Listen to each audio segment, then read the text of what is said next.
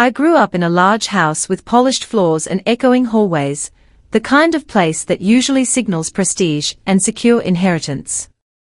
My father had built his reputation on the premise of family loyalty, always reminding us that everything he did for our sake. As a kid, I bought into that image. I remember sitting on the front porch, kicking my legs back and forth, watching him and my sister laughing in the driveway while I lingered at a distance, unsure how to join their easy camaraderie. Over time, I noticed he never actually turned to include me. It was as if I was tolerated, not cherished. The realization crawled under my skin, shaping me into a person who strived for his approval in every possible way. I studied late into the night, aced my exams, and tried to be the perfect child. Yet the more I achieved, the more he seemed to reward my sister instead. I carried the pain quietly, trying to rationalize it. Maybe, I told myself, he just felt my sister needed more support. I convinced myself she was more fragile, that he believed I could handle life on my own. But deep down, I craved even the smallest sign that he was proud of me. In our social circle, everyone joked that we were the model family, and I would fake a laugh whenever they praised my father for his generosity. I was young enough to hope that if I kept doing everything right, he would finally look at me the way he looked at her. The turning point arrived one morning during my freshman year in college, just before I left for class. He casually mentioned that he was setting up a trust fund for my sister, an enormous sum that would ensure her financial comfort for decades. The news pounded in my ears. My jaw locked, a jolt of anger heating my face, but I tried to contain it. I asked him, careful to keep my voice steady, whether he planned something similar for me. He avoided my eyes, gave a vague grunt, and changed the topic like my question barely merited a response. That moment unleashed a flood of bitterness I had stashed away for years. Everything I'd suspected about his preference for her solidified. Still, I tried to maintain a sense of normalcy, as if refusing to acknowledge his slight would grant me some moral high ground. I focused on my studies, threw myself into extracurriculars, and worked part-time to cover what my scholarship didn't. My sister, meanwhile, traveled to exotic locations on weekends, racked up car payments that my father covered, and occasionally boasted about the trust fund at family gatherings. I would excuse myself to the bathroom, stare at my reflection, and force down a surge of resentment. She wasn't a bad person in the usual sense, just incredibly sheltered. Maybe she understood the unfairness, maybe not. All I knew was that she never questioned or refused his lavish gifts, and neither of them ever paused to wonder how it affected me. A few months before I graduated, the final insult landed. My father held a celebratory dinner, praising my sister for completing a difficult year of personal growth. I remember the scene vividly, gold-rimmed plates and wine glasses reflecting the chandelier's glow. My father stood at the head of the table, delivering a toast so warm and proud that I felt my gut twist as if I'd swallowed nails. He presented her with additional shares in one of his companies, a symbolic gift that likely meant tens of thousands in yearly dividends. Sitting there, forced to applaud this momentous occasion, I realized that my presence was just a formality. I was the extra seat at the table, the afterthought. My hands shook on my lap, and I couldn't bring myself to pick up my fork again. A knot of determination began forming in my chest. It wasn't just about money anymore, it was about respect, about recognizing that I existed. I didn't plan revenge right away, nor did I map out any grand gesture.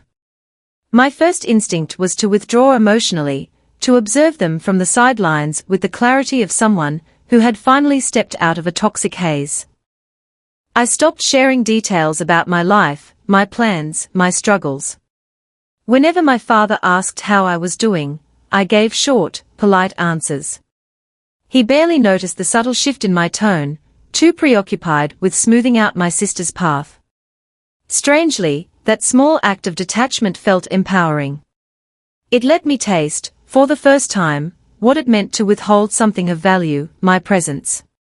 I moved out of the family home a week after my graduation, renting a tiny apartment with stained carpets and faulty wiring. It was all I could afford on my entry-level salary, but it gave me a sense of freedom I'd never had before. The day I lugged my suitcases through the front door, the musty air felt like an invitation to live on my own terms. My father didn't offer to co-sign or support me in any way, and I wasn't surprised. He probably assumed I would manage, or perhaps that I wasn't his responsibility anymore. My sister texted me a few times, inviting me to brunch, or to show me her new place, funded by her trust. I politely declined every invitation. Deep down, I needed space to figure out who I was without their shadow looming over me. Months went by, and I poured myself into work. My boss assigned me small tasks at first, but I tackled them aggressively, staying late to refine spreadsheets and proposals. I wanted to stand on my own 2 feet, no matter how slowly. In the meantime, I learned from a mutual acquaintance that my father had expanded the trust fund for my sister, adding properties and stocks to ensure her passive income stream kept growing. Hearing that should have made me angry, but I found myself oddly numb. I'd hardened to the point where nothing about his favoritism could shock me anymore. An entire year passed before I visited my father again. He invited me to his birthday lunch at a country club, a stiff affair where men in bright polos drank overpriced cocktails. The moment I stepped into the dining room, I caught the curious glances of extended relatives. Some approached me with small talk, remarking that I'd disappeared for a while. My father remained cordial, but there was a flicker of disapproval when he realized I wasn't jumping into the family banter.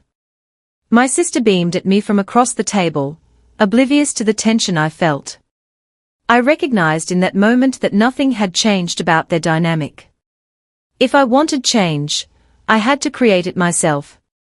She showed me her latest sports car in the parking lot afterward, and I remember smiling politely, biting the inside of my cheek to keep from blurting out something sarcastic. As we walked around the gleaming hood, she innocently asked if I was jealous. Her tone suggested she was half joking, but a hint of genuine curiosity lingered beneath. My hands tightened into fists for a moment, and I offered a measured laugh. I told her I had other priorities, like forging a life that wasn't built on someone else's money. Her smile wavered as if she'd never considered that possibility. For the first time, I glimpsed a spark of envy in her eyes, directed at my independence. That realization spurred me onward. Money was a powerful tool, but so was self-sufficiency.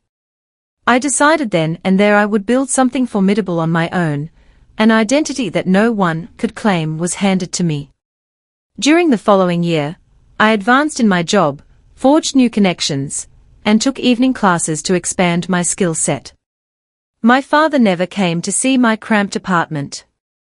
Instead, he funneled more resources into my sister's ventures. I heard from a cousin that she had started investing trust fund money into a boutique clothing line. My father boasted to everyone who'd listen about her entrepreneurial spirit.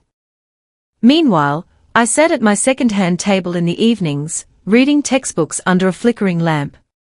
Sometimes, my hands trembled from the sheer exhaustion of working days and studying nights, but an undercurrent of determination pushed me forward. I refused to drown in self-pity. If anything, each new tale of her lavish spending fueled me. I wanted to prove, not just to them but to myself, that I could excel without the golden parachute I'd been denied. A major opportunity arose when my company decided to expand into a different market. I volunteered for a branch opening in another state, a position no one else wanted because it required uprooting one's life. The move turned out to be the break I needed.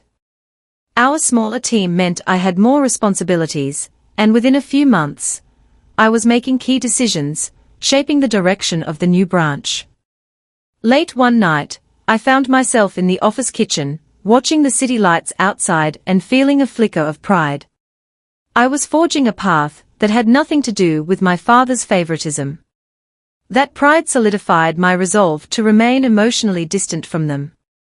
They were reaping all the benefits of each other's company, and I let them. I wanted to see how far they'd go when they realized they couldn't control me with money or affection. Unexpectedly, I got a call from my sister one night.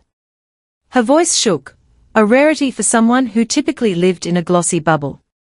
She told me our father had suffered a minor stroke. He was stable, but needed ongoing care, and might face extensive rehabilitation. I felt my fingernails dig into my palm, conflict pulsing in my chest. On one hand, resentment still lingered, on the other, memories of my childhood, though tainted, stirred enough compassion to make me want to help. She asked me to come back and help manage the situation, implying that my father needed all of us around. But the subtle assumption that I would drop everything to rescue them stung like salt on an open wound. I told her I was tied up with my work in the new city and couldn't just abandon my responsibilities. Her voice cracked with confusion, as if it had never crossed her mind I might refuse. Still, guilt gnawed at me.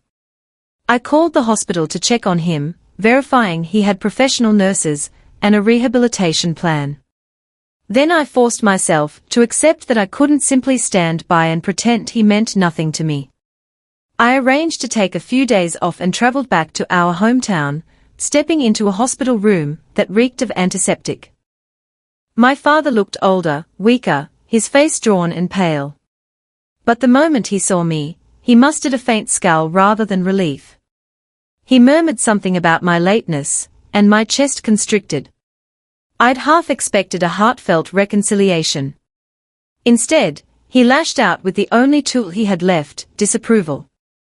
While I was there, I discovered that most of his finances and assets were still legally secured for my sister, including the house where she now lived part-time.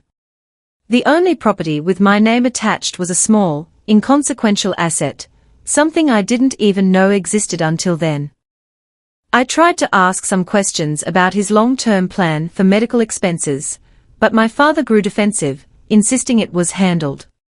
The tension rose like a silent fog between us. Outside his room, I overheard my sister speaking to his financial advisor. She sounded worried about the possibility that my father might adjust the trust arrangements. Apparently, his medical scare had prompted him to revisit his will. My chest felt hollow as I realized that even now, money formed the central axis of their bond, overshadowing genuine concern for his well-being. This wasn't love, it was greed dressed in paternal duty. I returned to my city the next day, feeling both relieved and strangely pained. Work absorbed my energy, helping me push my family issues aside. Then, in a twist I didn't anticipate, I received an official letter from a lawyer representing my father's estate. It alleged that I was unduly interfering in financial matters that didn't concern me. Reading that, I clenched my teeth, breathing hard through my nose. It was as if he was warning me to stay in my lane, even though I'd done nothing but ask about his plan for care. It felt like a slap in the face and a dare. If this was his way of ensuring I remained distant, he'd succeeded. But he'd also stirred a furious sense of justice in me. I wasn't interfering in something that didn't concern me, he was my father too. If he thought I'd simply melt away and concede everything, he was in for a surprise. Weeks later, I discovered my father had made a quiet request to freeze that minor asset in my name, citing a family dispute. The account, albeit small, represented the only tangible inheritance I had. Legally, it was complicated. He hadn't exactly seized it, but he'd initiated a hold that forced me into a bureaucratic nightmare. Banks and lawyers demanded documentation, confirmation of my identity, and clarifications about the dispute. My hands shook as I signed form after form, each stamped with dates and official seals that seemed to mock me. The process drained my time and finances, forcing me to hire a lawyer of my own, an expense I could ill afford. But I refused to fold. I saw this as a matter of principle. If he wanted to bury me in legal red tape, he'd learn just how persistent I could be. In the midst of this struggle, my sister tried to smooth things over with vague apologies and offers to talk to Dad. Whenever I looked at her, I could feel an internal battle. She wasn't an evil person, but she was deeply entrenched in my father's worldview, where money solved everything and favored relationships were normal. She couldn't grasp why I wouldn't just capitulate and join them in that bubble. It was a battle of values now, and I didn't see any middle ground. During a particularly tense meeting with my lawyer, we explored the possibility of contesting my father's actions, highlighting that he was targeting me out of sheer spite. She warned me it wouldn't be easy. Courts often hesitate to override a trust fund or a father's chosen financial structure, especially if everything is in his name. There would be depositions, a deep dive into family records, and I'd have to prove some measure of wrongdoing. That kind of exposure could get ugly fast. My father's lawyers would likely counter with every personal attack they could muster, portraying me as ungrateful, disloyal, or irresponsible. The thought of facing them in a courtroom, rehashing humiliations from childhood to the present, made me clench my jaw. But I refused to let him manipulate me yet again. Right when I steeled myself for a protracted legal war, I received surprising news: my father's health had taken another downturn. This time it was more serious, involving an infection that worsened his already frail condition. My sister called me in a panic, her voice trembling. She begged me to come back, not just for emotional support, but to help navigate the sudden crisis with insurance and doctors. I paced my apartment, phone pressed to my ear, sweat prickling my forehead. She admitted she couldn't handle it alone. My father, in his weakened state, still held onto his pride, refusing to let outsiders manage his affairs. And so, ironically, they needed me, the child he'd systematically sidelined, to keep everything from collapsing. I arrived at the hospital to find a flurry of confusion. My father's paperwork was incomplete, certain critical authorizations weren't signed, and the head nurse kept insisting on a meeting with a family member who had legal authority to make decisions. My sister stood in the corridor, her perfectly manicured nails tapping her phone anxiously. Her eyes lit up with relief when she saw me. She pulled me aside, explaining that our father's legal setup was so tangled that she couldn't access certain medical directives. She needed me to help sort it out because a portion was still under my name, the same portion he'd tried to freeze to punish me. The irony almost made me laugh out loud. I took a steadying breath and scanned the chaos around us. Nurses rushing in, administrative staff calling out codes, the beep of distant monitors, a swirl of desperation. Part of me felt the urge to step in, handle the paperwork, and fix the mess. But another part of me recalled every instance in which my father belittled me, brushed me aside, or used legal threats to keep me in line. My hands trembled with a surge of conflicting emotions. I remembered how he froze my small asset, how he'd threatened me through his lawyers, and how he never bothered to give me a place in the family, except now, when it was convenient. I decided to speak to his doctors and the hospital's legal team, clarifying the complexities of his coverage. When asked if I would sign as a secondary decision-maker, I hesitated. My sister hovered by my side, lips parted, eyes glossy with tears. She couldn't hide her fear. I spoke slowly, making sure every word counted, explaining that there was an ongoing dispute with my father, that he had locked me out of certain legal and financial matters. If the hospital required a signature from someone with undisputed authority, I wasn't sure I had it. He had made certain I was stripped of those rights. The staff nodded, confusion evident, saying they would try to contact his primary legal representative. I stepped out of the hospital into the chilly evening air, my fingers tense around my phone. A cascade of memories coursed through my mind. Every slight, every moment of heartbreak, every lonely holiday. My father had made it clear I was expendable, and now, ironically, he needed me. I told myself that walking away wouldn't make me heartless, it would be an act of self-preservation, something I should have done long ago. My father's nurse ran after me, calling my name, asking if I intended to return. I told her I didn't know. Then I got into my car and drove off, my heart racing as though I'd just escaped a collapsing building. Back in my apartment, I tossed my keys on the kitchen counter and sank into a chair, exhaling shakily.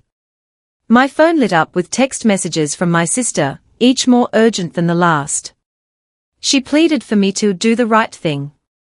I squeezed my eyes shut, recalling how many times I'd waited for my father to do the right thing by me, only to be dismissed. My presence had been a convenience for them, overshadowed by the sister who could do no wrong. Now that I'd built a life away from their manipulative games, they finally saw what it cost to push me aside. A call came from my lawyer shortly afterward, informing me that the freeze on my asset was in the process of being lifted. Apparently, my father's legal team sent new paperwork to expedite the release. I let out a joyless laugh at how transparent it was. They thought they could lure me back with the promise of money, or at least a clean slate. But it was too little, too late. I remember my hand shaking as I poured water into a glass, my reflection in the window revealing an exhausted, determined figure who'd had enough. Days passed, and in each one, I found a renewed sense of purpose. I recognized that my absence was my power. The life I'd made, while humble, was mine alone. My phone kept buzzing, but I left it face down on the table. The deeper the silence grew, the more I imagined them confronting the reality that they couldn't dictate how I acted. If he recovered, he would have to face the fact that I wasn't his loyal standby, waiting for scraps of affection. My sister would realize that endless funds couldn't compensate for a sibling's willingness to step up. A week later, I heard through a relative that my father's condition had stabilized. He was being discharged to a rehabilitation center. My sister had arranged everything, but she was struggling to meet the emotional and administrative demands. The trust fund covered bills, but it couldn't console him when he lashed out in frustration, nor could it remove the guilt of knowing he had alienated one child beyond repair. I smiled ruefully at the mental image. My father had wanted a daughter he could spoil and a son he could ignore. Now, in his frail state, he had to rely on just that favored daughter, who was ill-equipped to handle the burden alone. I switched off my phone for a couple of days, devoting myself fully to work and my personal growth. My boss handed me a new project, trusting me to shape it from scratch. That night, I scribbled ideas on a whiteboard until my eyes blurred, motivated by the freedom of living on my own terms. Occasionally, pangs of conscience pricked at me. I questioned whether I should check in on him, at least to make sure he was stable.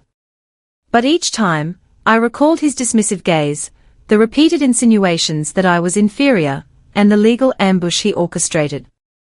If he and my sister truly wanted my help, they had a long way to go toward offering real acknowledgement and respect, not just a hasty retraction of some petty freeze. My refusal to rush back wasn't vengeance, it was self-respect. I learned from my lawyer that even with the freeze lifted, the process to restore full access to that modest asset would take weeks, maybe months. There were still forms to complete, and the bank needed official documentation from my father's side. It felt like navigating a labyrinth of technicalities, each step reminding me how little regard he'd had for my independence. Yet, ironically, these legal barriers now shielded me from being at his beck and call. If he wanted an immediate reconciliation, he would have to reach out personally, not through attorneys. And so, I waited, focusing on a life that was entirely my own. The fallout spread in unexpected ways. A couple of other relatives tried to reach me, some scolding me for my apparent lack of empathy, others expressing quiet understanding. I realized people had always been aware of the favoritism, but most dismissed it as normal family politics. Now, faced with my father's failing health and my decision not to rush to the rescue, they were forced to confront how damaging that dynamic had been. It wasn't just me lashing out, it was the inevitable result of years of neglect. At work, I found solace in the camaraderie of colleagues who had become more like family than my blood relations ever were. They didn't care about my father's wealth or my sister's trust fund. They appreciated me for my diligence, creativity, and willingness to take on challenges. One afternoon, as we celebrated the successful launch of our new branch project, I looked around the conference room at the modest decorations and a simple cake. My co-workers applauded me, grateful for my leadership, and I felt an ache in my chest. This was the acceptance I had hungered for all my life. It felt genuine. It felt earned. Out of the blue, I received a text from my sister, "Dad wants to see you. He's asking every day." My knuckles tightened around the phone. For a moment, I considered ignoring it. But a complex mix of nostalgia and compassion made me wonder if he was ready to admit what he'd done. Maybe, in his vulnerable state, he finally saw me for who I was. Yet the memory of that hospital corridor and the lawyer's letter loomed large. I didn't respond right away. Instead, I closed my eyes and let the hush of my apartment envelope me. I tried to gauge what I truly wanted, independent of guilt or familial duty. A day later, she called, her voice subdued. She said our father kept mentioning me, occasionally drifting into confused tirades about how ungrateful I was, how I left him in his hour of need. She sounded drained, as though she was caught in the crossfire of his regret and anger. "Please, just come see him," she implored, her breath hitching. It would mean so much. I sighed, remembering countless times I'd walked into a room hoping for some small validation from him and leaving with disappointment. I braced myself for one more potential letdown. I told her I'd consider it. That night, I hardly slept, my thoughts jostling between the desire to stand my ground and the lingering hope for closure. When I finally visited the rehabilitation center, I found him in a spacious room that smelled faintly of disinfectant. He was propped up in bed, skimming through documents with a frown. The lines on his face had deepened, the corners of his mouth sagging in a permanent scowl. My sister hovered nearby, anxiety etched in every gesture. He looked up when I entered, and I caught a flicker of something, relief, maybe, or fear. His hands trembled on the papers, and for a moment, we just stared at each other. I opened my mouth to speak, but no words came. The weight of years seemed to press on my shoulders. He began to talk, though not in the apologetic tone I might have expected. He listed the ways he'd provided for the family, emphasizing that I had chosen to move away. His voice, though weaker, still carried that authoritarian edge. He explained how the trust fund for my sister was meant to secure her future, as though that excused the glaring imbalance. My sister stood by his side, eyes darting between us, searching for signs of reconciliation. I listened with my arms crossed, my gaze fixed on him. At one point, he fell silent, perhaps realizing I wasn't going to break down or plead. I responded quietly, telling him I wasn't there to argue or beg. My voice shook despite my effort to stay calm. I said I merely wanted him to understand that I had built a life without his support, and that life was precious to me. If he wanted me around, he had to accept that I would no longer be the passive child he'd overlooked. I saw my sister shift uncomfortably, perhaps sensing a radical change in the family dynamic. He shuffled the papers on his lap, his voice catching. He muttered something about revising certain documents, about wanting to ensure fairness. Part of me burned with frustration. Only now, when he needed someone to rely on, did he acknowledge the possibility that he should treat me equitably. But I kept my composure, forcing myself to breathe through the tightness in my chest. The next moments blurred. My father tried to hand me some forms, urging me to sign something that would grant me a stake in the trust. My sister looked on, an odd mix of relief and wariness on her face. My pulse hammered with conflicting impulses. This was what I'd once wanted, recognition, financial equality. Yet the taste in my mouth was bitter. I set the papers aside, telling him I wouldn't sign anything right then. I wanted to talk to my lawyer first, and more importantly, I wanted to reflect on whether I even desired a share of the inheritance that had caused me such pain. My father's lips parted in a silent protest, but then his shoulders slumped as though the effort was too great. I stepped away from the bed, glancing at my sister, whose eyes pleaded with me to accept.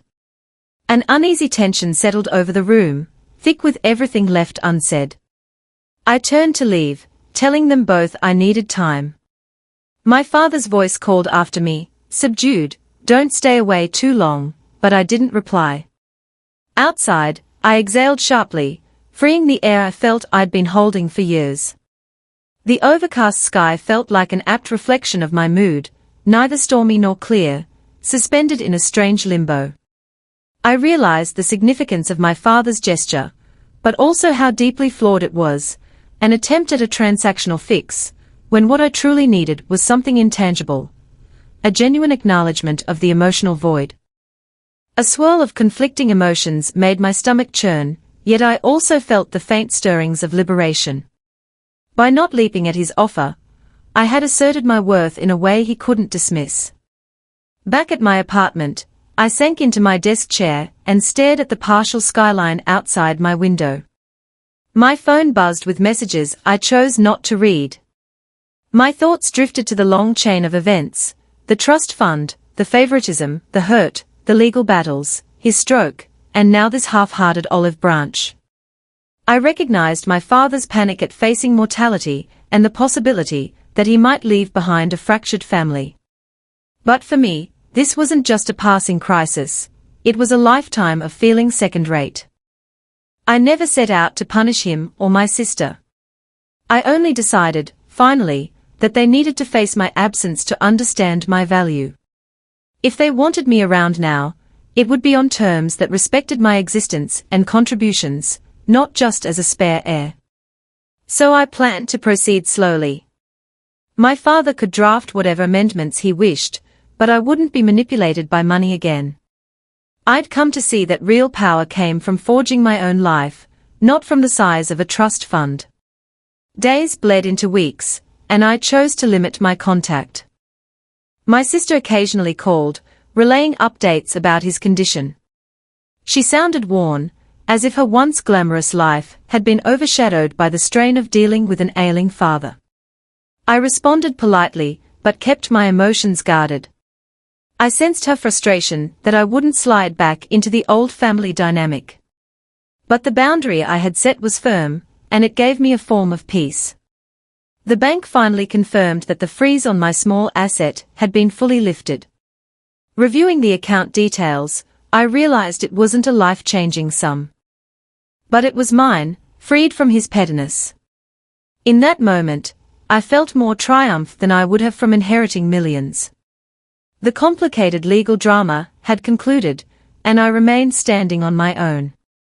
That alone felt like a testament to my resilience. I think that's when it all hit me, my father could keep his trust fund, his carefully guarded estate. My sister could continue to indulge in the lifestyle it afforded. But they would do so without my unconditional support, without my blind eagerness to be part of their world. The day I decided to stop chasing my father's favor was the day I truly tasted freedom. And nothing he did, no stroke, no apology, no revision of legal documents, would change that fundamental truth. I kept working, building a reputation as someone who tackled challenges head-on. My progress felt like a currency that no one could snatch away. A few close friends knew some details of my family saga, but I rarely discussed it. I didn't need pity, and I wasn't looking for affirmation. My results spoke louder than any sob story could. Sometimes, late at night, I'd catch myself reflecting on my father's decline. I knew that if he passed, I might face the quiet sting of regret for not mending the relationship sooner. But I also knew that the chasm between us wasn't of my making alone. He had cemented it with every sneer, every unfair distribution, every orchestrated legal attack. I found a steady calm in focusing on what lay ahead. My job, my own fledgling investments, my friendships. Maybe I'd start my own business one day, prove to myself, if not to him, that success didn't always hinge on a privileged upbringing. I imagined a future where I'd have a family of my own, shaping it with the fairness and warmth I was denied. The thought brought me a strange comfort. Only time would tell whether my father genuinely regretted how he'd treated me or if he simply feared dying alone. My sister would have to grapple with the emptiness of inherited wealth if she never learned to stand on her own. As for me, I had the distinct advantage of having fought for every achievement. That sense of earned confidence became my shield. And maybe one day, if my father genuinely sought reconciliation, I'd be open to it, but not at the cost of reverting to the powerless child I once was. In the end, they got exactly what they paid for. A golden life shared between father and favored daughter, polished and radiant on the surface. But beneath that sheen, they felt the cold absence I left behind. While they navigated medical crises and legal entanglements with trust fund solutions, I carried on with my own life, guided by principles my father could never understand. I never needed the huge trust fund. I just needed the respect and acknowledgement I'd been denied for so long. And having reclaimed my sense of self, I discovered that leaving them to handle their own choices and consequences was far more powerful than any inheritance could ever be.